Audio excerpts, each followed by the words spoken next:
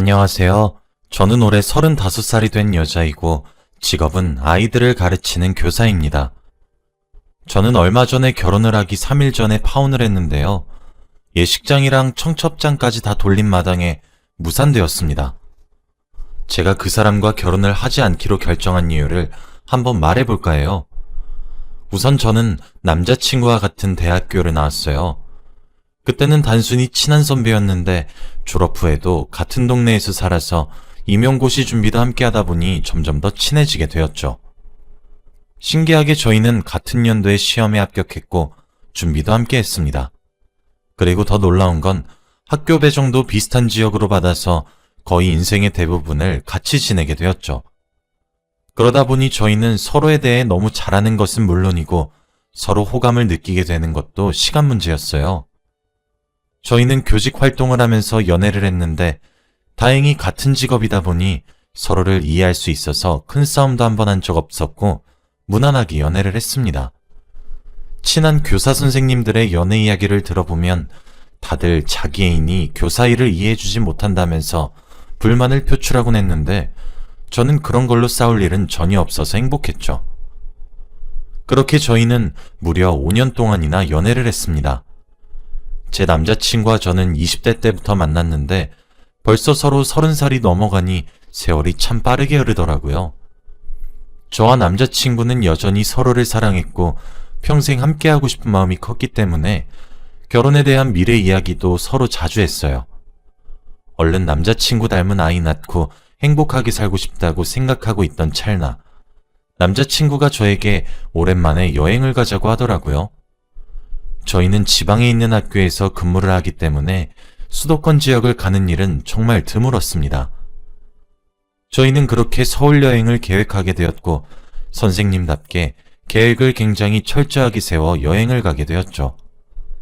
저희는 3박 4일 일정이었어요. 항상 저희 동네에는 주택밖에 없고 동네 마트가 가장 큰 백화점인데 서울은 전부 다 높은 건물에다가 백화점도 여러 개나 있더라고요.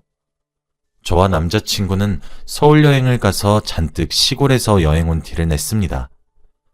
여행 마지막 날에는 서울에서 유명한 한강을 갔는데 그때는 밤이었고 남자친구가 보트를 빌렸다며 타자고 하더라고요. 그렇게 타고 강 위를 떠다니고 풍경을 구경하고 있는데 갑자기 남자친구가 조명을 켜고 제 앞에 무릎을 꿇으며 프로포즈를 하는 겁니다. 남자친구는 손에 반지 케이스를 들고 전형적인 남자의 프로포즈 자세를 하고 있었는데 너무 감동적이었죠. 고민할 틈도 없이 바로 반지를 제 손가락에 끼웠고 이 남자와 평생을 함께하기로 마음을 먹었습니다. 저희는 이미 예전부터 알던 사이이기도 하고 연애도 오래 했기 때문에 양가 부모님은 당연히 저희가 결혼을 전제로 만나고 있다는 것을 눈치채고 있었어요. 그래서 허락은 쉽게 받을 수 있었어요.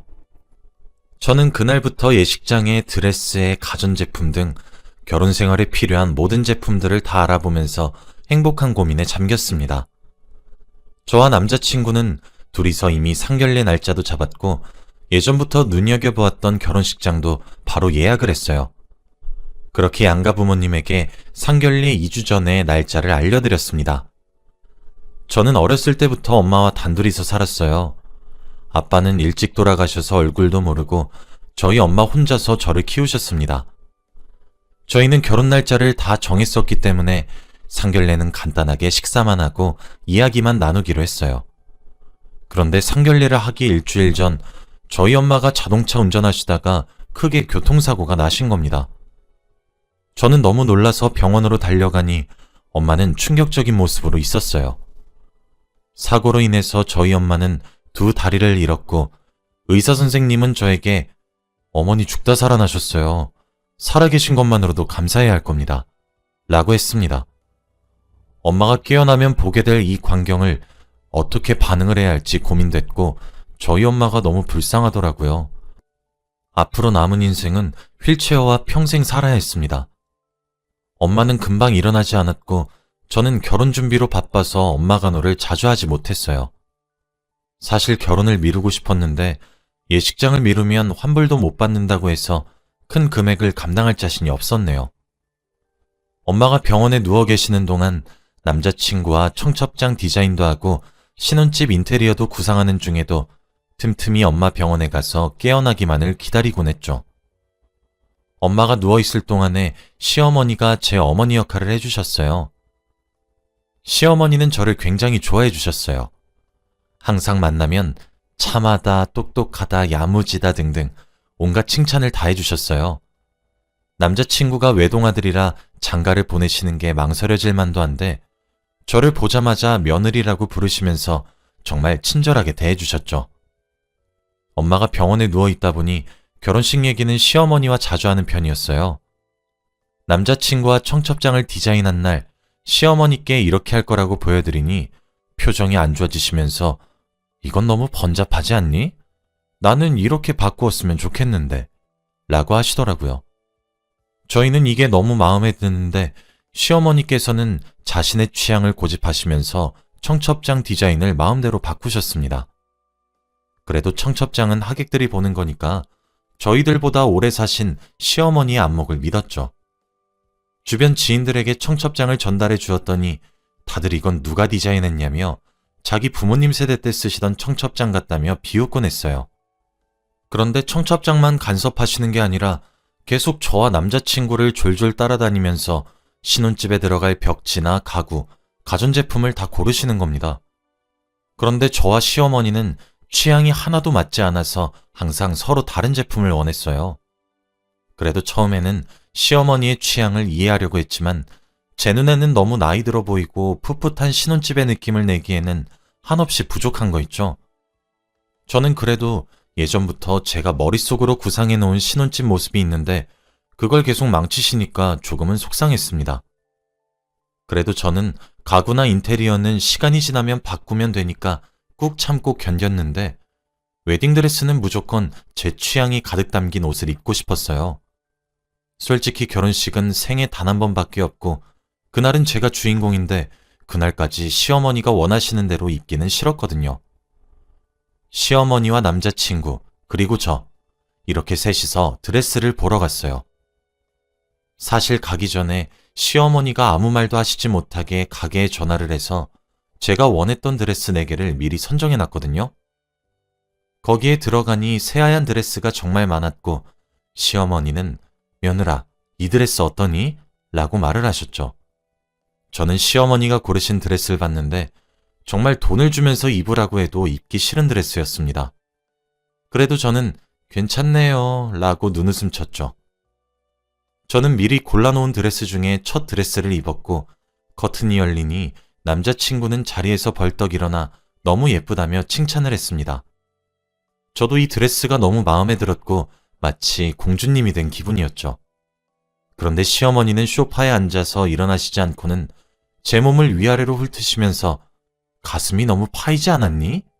라고 하시는 겁니다. 솔직히 요즘 사람들의 입는 옷에 비하면 제가 입은 드레스는 파인 편도 아니었는데 말이죠. 쇄골 밑까지 파여 있었거든요. 시어머니는 너무 옛날 조선시대 마인드였어요. 저는 그래도 아직 3벌의 드레스가 남아있으니 하나씩 다 입어보고 결정하기로 했습니다.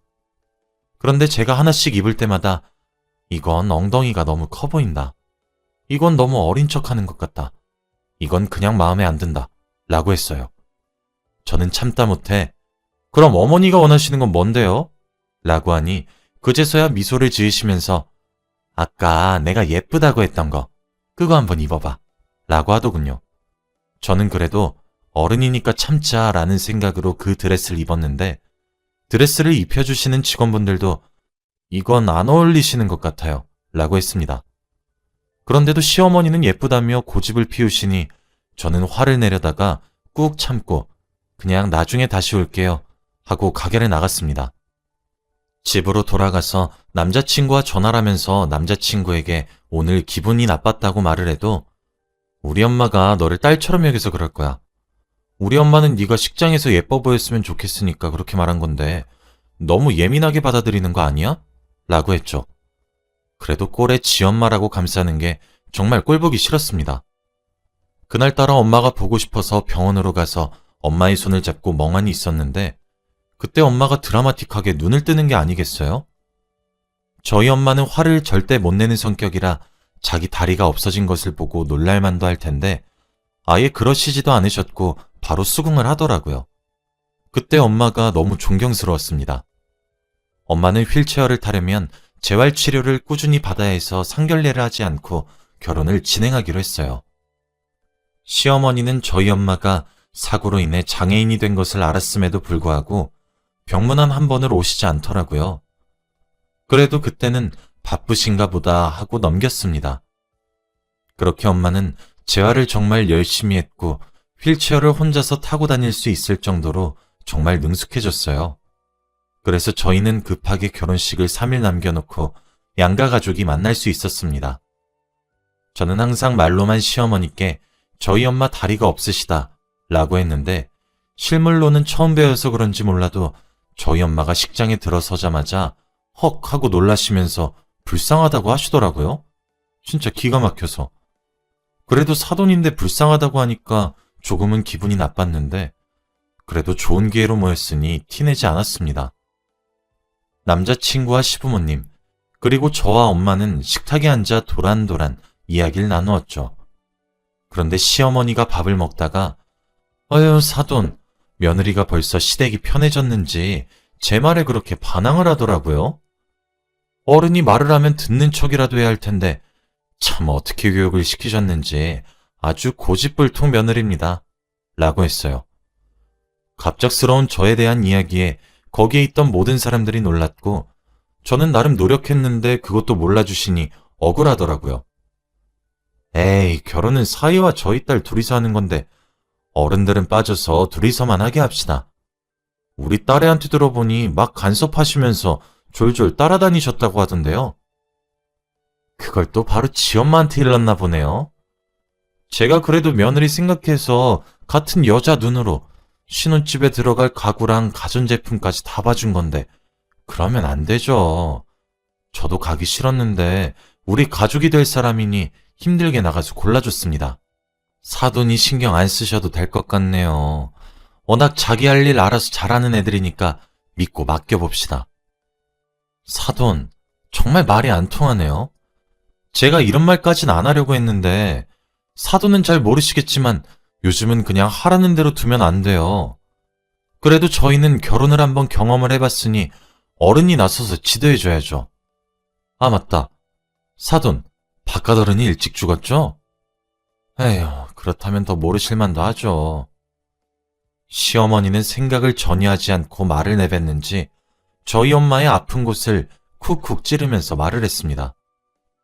저희 엄마가 상처받았을 것을 저는 알고 있었고 화도 났지만 얼른 이 상황을 끝내고 얼른 자리를 뜨고 싶었어요. 그런데 시어머니의 폭언은 그만할 생각이 없는 것 같았어요. 저희 엄마에게 부모가 한 명밖에 없어서 가정교육을 잘못 시키셨나 봐요.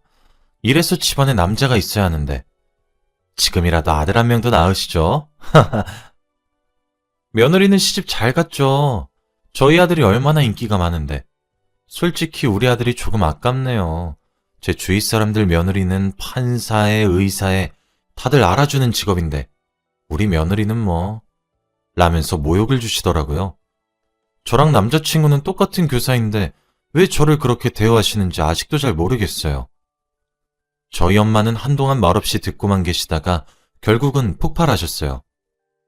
사돈, 처음엔 그냥 넘어가려고 했는데 솔직히 저희 딸이 더 아깝죠. 저도 저희 딸이 좋아하니까 이 결혼 허락한 거지. 안 그럼 택도 없어요. 사돈 지금 말하시는 거 보니까 그 집으로 절대 시집 보내고 싶지 않네요. 저한테 장애인이다 뭐다 하는 건 다 참겠는데 저희 딸한테 그렇게 막말하시는 거? 못 참겠어요. 당장 사과해 주시죠. 네? 제가 사과를 왜 해요? 솔직히 사돈 누워 계실 때 엄마 노릇 해준 게 누군데요? 오히려 사돈이 저한테 고마워하셔야죠. 솔직히 저는 오늘 적은 돈이라도 저한테 돈 봉투 쥐어주실 줄 알았습니다. 저는 제 두 다리로 뛰어다니면서 애들 결혼 준비 다 했는데 사돈은 다리가 없으셔서 그런 것도 못 하시잖아요. 그리고 전 하나도 틀린 말 한 거 없죠? 그쪽 딸이 어른한테 예의 없고 무례하게 군 건 사실이고 저희 아들이 더 아까운 것도 사실이잖아요.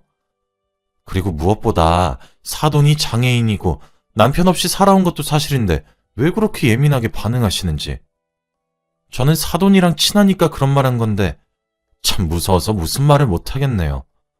제가 그쪽 딸내미한테 친딸처럼 잘 대해줬는데 이렇게 은혜를 갚다뇨?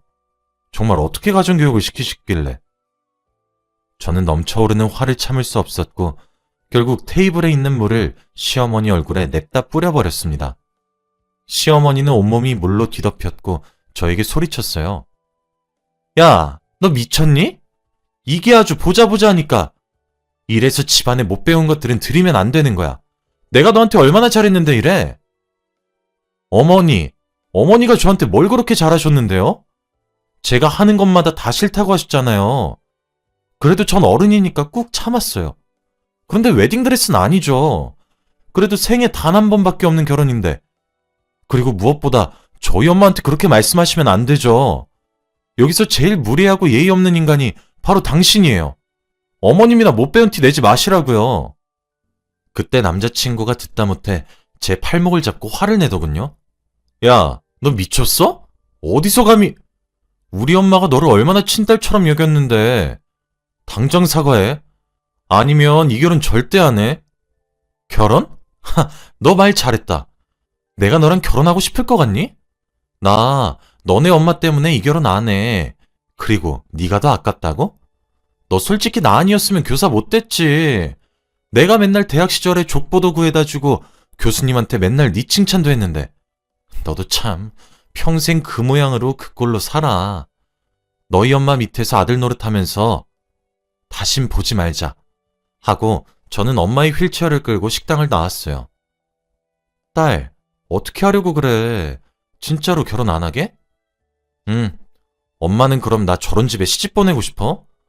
결혼하면 어떻게 살지 뻔히 보이는데 남자친구라는 놈은 마마보이에다가 시어머니는 며느리를 못 갈궈서 안 닮았는데 저런 집에 시집 갈 바엔 차라리 평생 혼자 살래. 엄마. 근데 엄마는 그런 모진 소리 듣고도 왜 가만히 있어? 엄마는 속도 없어? 딸. 엄마는 나한테 뭐라 하는 건 다 참을 수 있어도 우리 딸한테 모진 말 하는 건 절대 못 참아. 엄마도 우리 딸이 그런 집에 시집 가는 건 볼 수 없겠다. 엄마는 항상 저를 먼저 생각해 주시는데 그날따라 엄마에게 너무 감사하고 미안한 거 있죠. 제가 이상한 사람과 결혼한다고만 안 했어도 엄마가 그런 모진 소린 안 들었을 텐데.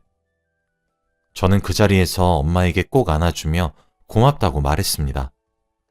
그렇게 집으로 돌아와 청첩장을 돌린 사람들에게 전부 연락을 해서 결혼이 무산됐다고 말을 했어요. 그러니 다들 무슨 일이냐고 물어보길래 그냥 다 말했습니다. 시어머니 때문이다. 남자친구가 이렇게 말하더라. 라고요. 저와 남자친구는 같은 교사다 보니 서로 알고 지낸 지인이 많아 다들 저희 남자친구를 잘 알아요. 걔가 그랬다고? 정말 실망이다. 라면서 저를 위로해주곤 했죠. 며칠 뒤 학교에 출근을 했는데 저와 남자친구는 옆 학교에 근무를 해서 다들 남자친구의 잘못을 알고 있어요. 제 옆에서 남자친구의 험담을 해주었는데 남자친구도 주위에서 자꾸 사람들이 자기를 피하는 것을 느꼈는지 저에게 연락이 와서 내가 미안해. 우리 다시 결혼 생각해보면 안 될까? 엄마는 내가 잘 타이를게. 미안해. 라고 문자가 왔어요. 저는 사람 변했다는 것을 절대 믿지 않는 사람이라서 그 문자를 깔끔히 씹고 남자친구를 차단했습니다. 그러니 제가 일하는 동안에 저희 학교로 꽃다발과 편지를 보냈고 그런 남자친구를 보고 옆에 있던 교사분들이 더 어이없어 했어요. 제가 하도 무시하니까 남자친구는 점점 사그라들더라고요. 그리고 몇 달 뒤 주위 선생님들의 말에 의하면 남자친구는 다른 지역의 초등학교로 배정받았대요. 남자친구가 없어지니 다들 남자친구에 대한 이야기는 전혀 하지 않더군요. 저는 그 지역이 좋고 아이들도 너무 착해서 아직까지도 그곳에서 근무를 하고 있습니다. 다시는 그 집 사람들을 볼 일이 없겠네요. 그런 남자를 만나고 나니 이제는 결혼하고 싶은 마음이 뚝 떨어져서 평생 엄마와 둘이서 알콩달콩 살렵니다. 결혼을 생각하고 계시는 분들은 꼭 남자친구 잘 만나시길 바래요. 제 이야기는 여기까지입니다. 들어주셔서 감사해요.